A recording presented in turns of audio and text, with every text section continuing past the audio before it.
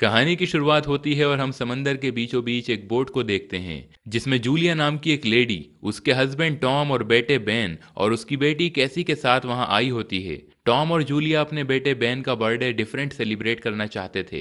इसी कारण ये लोग समुद्र के बीच आ पहुंचे। वो सब के सब आज की रात बेन का बर्थडे सेलिब्रेट करेंगे और फिर टॉम एक अच्छी जगह देखकर अपनी बोट रोक देता है। यहाँ हम देखते हैं जूलिया थोड़ा एंजॉय के लिए समंदर में स्विमिंग करने कूद जाती है और कैसी मस्ती से बाहर का नज़ारा देखते हुए हेडफोन्स लगाकर सॉन्ग सुन रही होती है। वहीं दूसरी तरफ टॉम मछलियां पकड़ता है और साथ ही साथ अपने बेटे बेन को भी मछली पकड़ने का तरीका सिखा रहा है। जबकि दूसरी तरफ जूलिया, जो कि स्विमिंग कर रही थी, अचानक जूलिया को समंदर में कुछ आहट सी होती है जिसे देख वो थोड़ा डर जाती है। फिर उसको महसूस होता है कि जैसे समंदर का पानी तेजी के साथ एक दिशा में बह रहा है और यहाँ जूलिया पानी से निकलने की कोशिश करती है, लेकिन पानी का बहाव बहुत तेज था और उसी के साथ वो खींची चली जाती है। बोट का कंपास भी हर दिशा में घूम रहा होता है, लेकिन टॉम को इसका एहसास नहीं होता और वो बेन को मछली पकड़ना सिखाने में बिजी रहता है। और यहाँ जूलिया पानी में फंस जाती है जिस वजह से वो मदद के लिए चिल्लाने लगती है। जबकि इधर थोड़ी ही देर में टॉम को जूलिया के चिल्लाने की आवाज आती है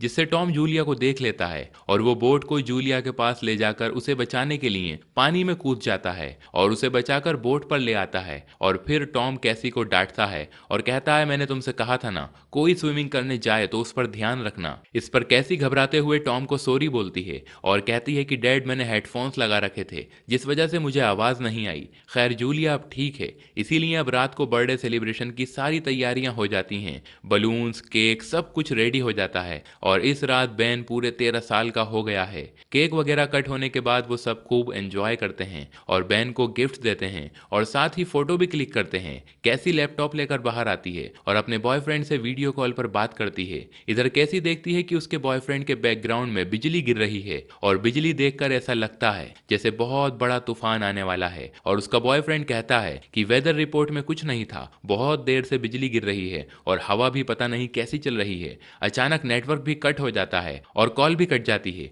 अब कैसी तुरंत ही इस बारे में अपने मॉम डैड को बताती है और वो कहती है, मैं अपने बॉयफ्रेंड से बात कर रही थी और वो कह रहा था कि वहां पर कुछ अजीब सा हो रहा है। लेकिन तभी अचानक इनकी बोट पर एक जोर का झटका लगता है जिसे देखकर वो सब के सब घबरा जाते हैं और वो देखते हैं कि बहुत सारी वेल मछलियां इनकी बोट से टकरा रही हैं। लेकिन सोचने वाली बात यह है कि यहाँ ये वेल मछलियां कहाँ से आ गईं, क्योंकि इस जगह वेल मछलियां नहीं होती हैं। क्या ये रास्ता भटक गई हैं? ये सोचकर टॉम परेशान हो जाता है। दरअसल टॉम एक ओशियन रिसर्चर है, इसीलिए वो समंदर के बारे में बहुत कुछ जानता है। और थोड़ी ही देर बाद वेल मछलियां वहां से चली जाती हैं और कुछ ही देर में वो बाहर आता है तो टॉम जख्मी होता है। उसे प्रोपेलर की वजह से चोट लग जाती है। तब जूलिया उसके जख्म पर पट्टी करते हुए पूछती है, सब ठीक तो है? लेकिन टॉम कहता है, नहीं, असल में एक प्रॉब्लम है। बोट के नीचे का एक शाफ्ट टूट गया है। अगर हमने उसे ठीक नहीं किया तो शायद हम बोट की डायरेक्शन नहीं बदल पाएंगे। अगर हम उसे बिना ठीक करे बोट को स्टार्ट करेंगे तो बोट का इंजन खराब हो सकता है। इधर हम कैसी को देखते हैं जो अपने बॉयफ्रेंड को दोबारा कॉल करने के लिए बाहर आती है,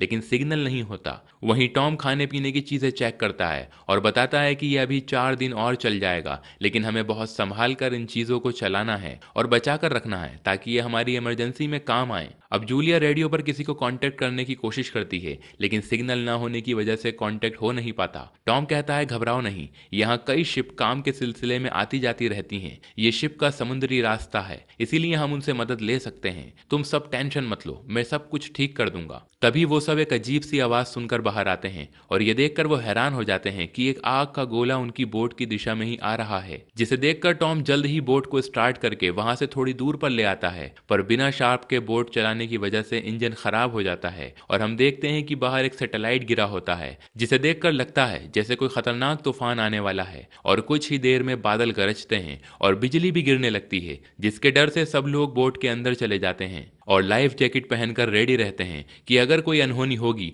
तो वो सब उसका सामना कर पाएं। अगली सुबह हम देखते हैं कि सब बिल्कुल ठीक है, पर रात भर बोट बुरी तरह हिलती रही थी, लेकिन अब बोट जरा भी पानी में नहीं हिल रही। ऐसा कैसे हो सकता है? ये सब देखने जब वो बाहर आते हैं तो वहां का दृश्य देखकर ये लोग हैरत से दंग रह जाते हैं, क्योंकि ये लोग समुद्र के बीच थे और देखकर लग रहा था कि यहाँ का पानी कहीं और बहकर चला गया है और इनका बोट जमीन पर खड़ा है। और ये उस जगह को देखकर शॉक्ड होते हैं, क्योंकि समुद्र के नीचे नीचे कैसा होता है इनको पता नहीं था, पर आज इन लोगों ने ये भी देख लिया। अब हम बोर्ड के कंपास को देखते हैं जो किसी और दिशा को ही नॉर्थ बता रहा है। अब टॉम को समझ आता है कि पृथ्वी के ध्रुवों के मैग्नेटिक पोल्स की अदला बदली हो गई है, जिसके कारण समुद्र का सारा पानी किसी और दिशा में चला गया है। इसका मतलब जहां पहले जमीन थी अब वहां समुद्र का पानी चला गया है, यानी कि इस दुनिया से इंसानियत लगभग खत्म हो चुकी है। बस कुछ ही लोग होंगे जो जिंदा बचे होंगे। टॉम आगे बताता है कि मेरे रिसर्च के हिसाब से लाखों साल पहले ऐसा हुआ था और वही लगभग ऐसा दोबारा हो रहा है। यहाँ टॉम की बात सुनकर सब घबरा जाते हैं और कैसी खुद को बोर्ड के कमरे में बंद करके रोने लगती है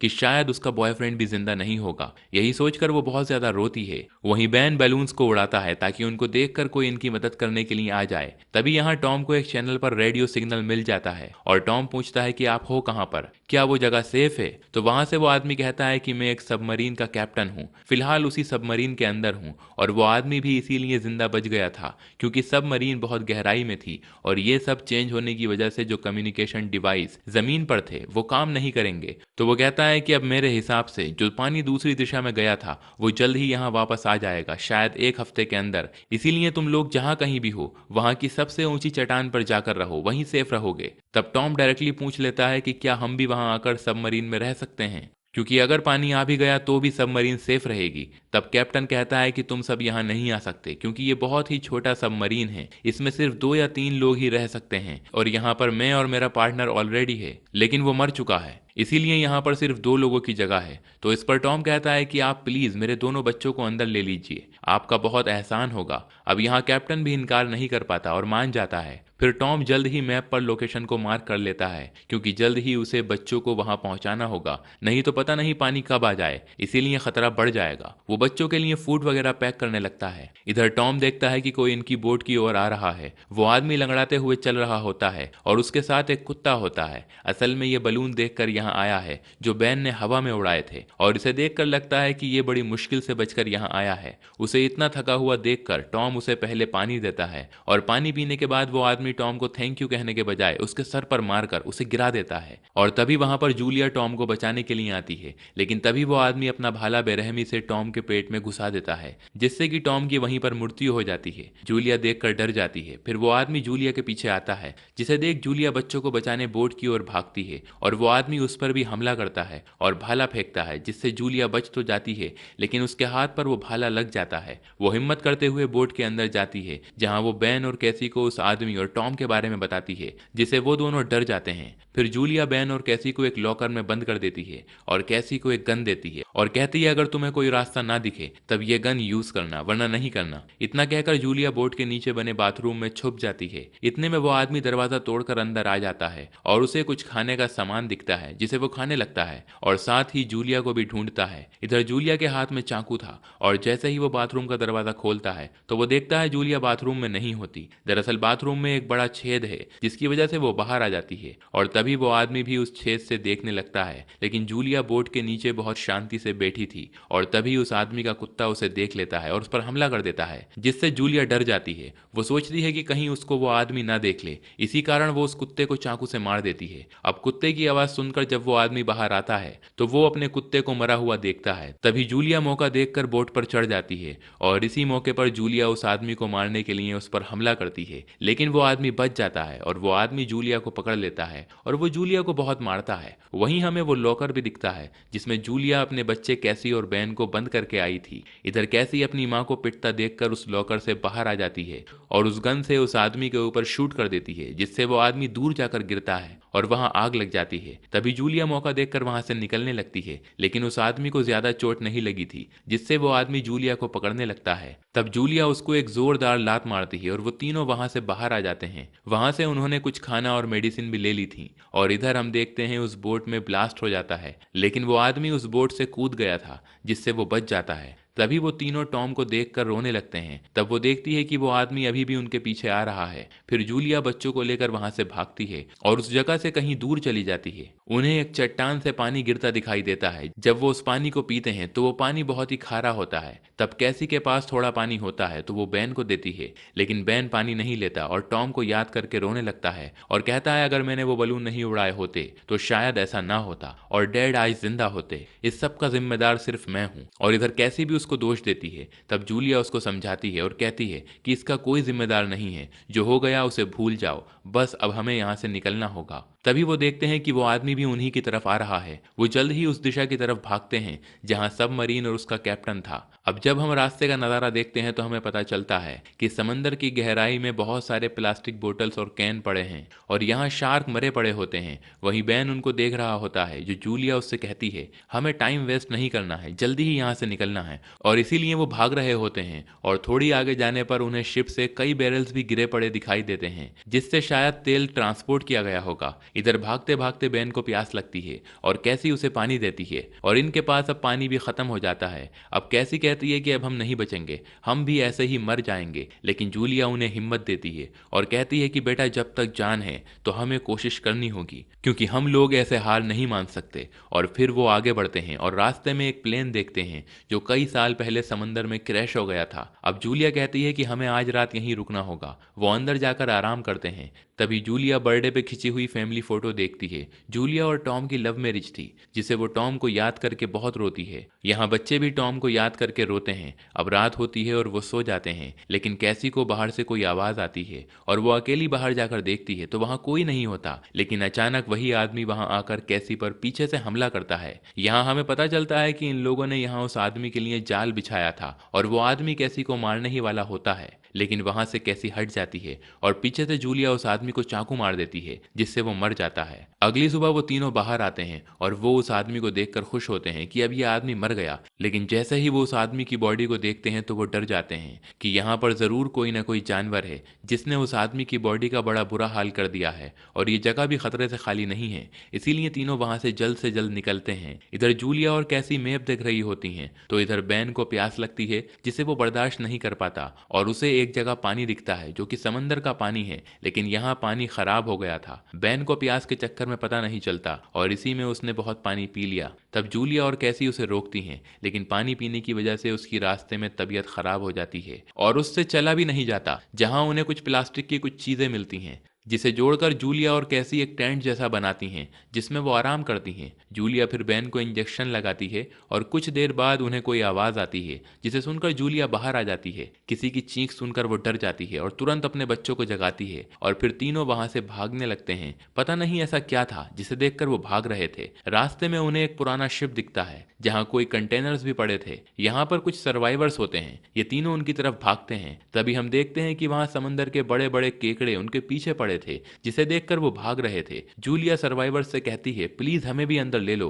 दरवाजा बंद मत करो। लेकिन सर्वाइवर्स कंटेनर्स में जाकर अंदर से लॉक कर लेते हैं। यहाँ जूलिया दरवाजे पीटती है और कहती है प्लीज हमें भी अंदर ले लो। लेकिन तभी केकड़ों को पास आता देख जूलिया कैसी और बैन को कंटेनर के ऊपर चढ़ा देती है और खुद भी चढ़ ही रही होती है कि इतने में एक केकड़ा जूलिया के पैर को जख्मी कर देता है। फिर भी जूलिया हिम्मत करके ऊपर चढ़ जाती है, जिससे वो बच जाते हैं। लेकिन जो सर्वाइवर्स कंटेनर्स के अंदर थे, असल में कंटेनर के साइड में एक गैप होता है जिससे केकड़े अंदर घुस जाते हैं और वो लोग केकड़ों को शूट करते हैं, लेकिन केकड़े सर्वाइवर्स को मारकर खा जाते हैं। जख्म की वजह से जूलिया बेहोश हो जाती है। जब उसको होश आता है तो कैसी और बैन वहां नहीं होते, जिससे जूलिया डर जाती है। फिर वो उनको आवाज लगाती है। जब वो नीचे आती है तो वो दोनों नीचे होते हैं और कंटेनर के अंदर उन्हें पानी और कुछ खाने को मिलता है, जिसे वो रख लेते हैं। जूलिया उन सर्वाइवर्स की गन उठा लेती है और उनकी पॉकेट्स चेक करती है, जिसमें उसे एक रेडियो मिलता है और जिससे वो कैप्टन को कांटेक्ट करने की कोशिश करती है। तब कांटेक्ट हो जाता है जब जूलिया उसे बताती है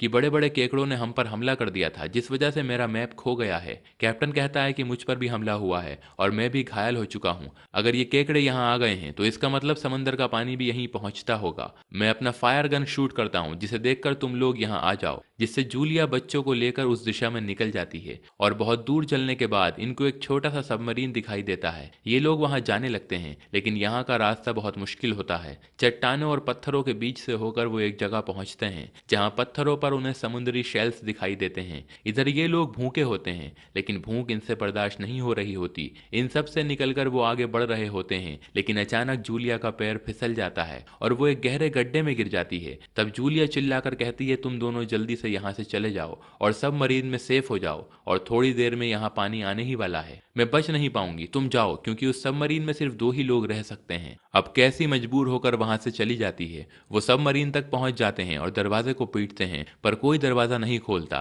दरअसल कैप्टन गंभीर हालत में बाहर ही होता है और वो कहता है, मैं जिंदा नहीं बचूंगा, लेकिन तुम लोग सबमरीन के अंदर चले जाओ और दरवाजा लॉक कर लो। इधर कैसी जूलिया को लेने भागती है, क्योंकि कैप्टन की हालत खराब होने की वजह से वो नहीं आ सकता, इसीलिए जूलिया के लिए सबमरीन में जगह हो जाएगी। इसी बीच जूलिया के पास भी केकड़े आ गए थे, लेकिन जूलिया उन्हें शूट करने लगती है, पर केकड़ों की तादाद बहुत ज्यादा होने की वजह से जूलिया हिम्मत हार जाती है। लेकिन तब कैसी वहां आकर उसे निकालती है और कहती है, कैप्टन जिंदा नहीं बचेगा, उसकी हालत बहुत खराब है, इसीलिए वो सबमरीन में नहीं आ सकता। आप मेरा हाथ पकड़कर ऊपर आने की कोशिश करिए। और इधर मुश्किलों के साथ जूलिया कैसी का हाथ पकड़ लेती है और ऊपर आ जाती है। फिर वो दोनों सबमरीन के पास जाती हैं और ऊपर चढ़ने वाली होती हैं। तभी अचानक पानी की बड़ी बड़ी लहरें आ जाती हैं और तभी सब अंदर जाकर दरवाजा बंद कर लेते हैं। समंदर का पानी जोर से सबमरीन पर पड़ता है और तेज लहरों के बीच सबमरीन पूरी तरह हिलता है और पत्थरों से टकराने लग जाता है। तभी जूलिया को सारी घटनाएं एक एक करके दिखती हैं और वो बेहोश हो जाती है। जब उसे होश आता है तो सबमरीन एक जगह रुका होता है।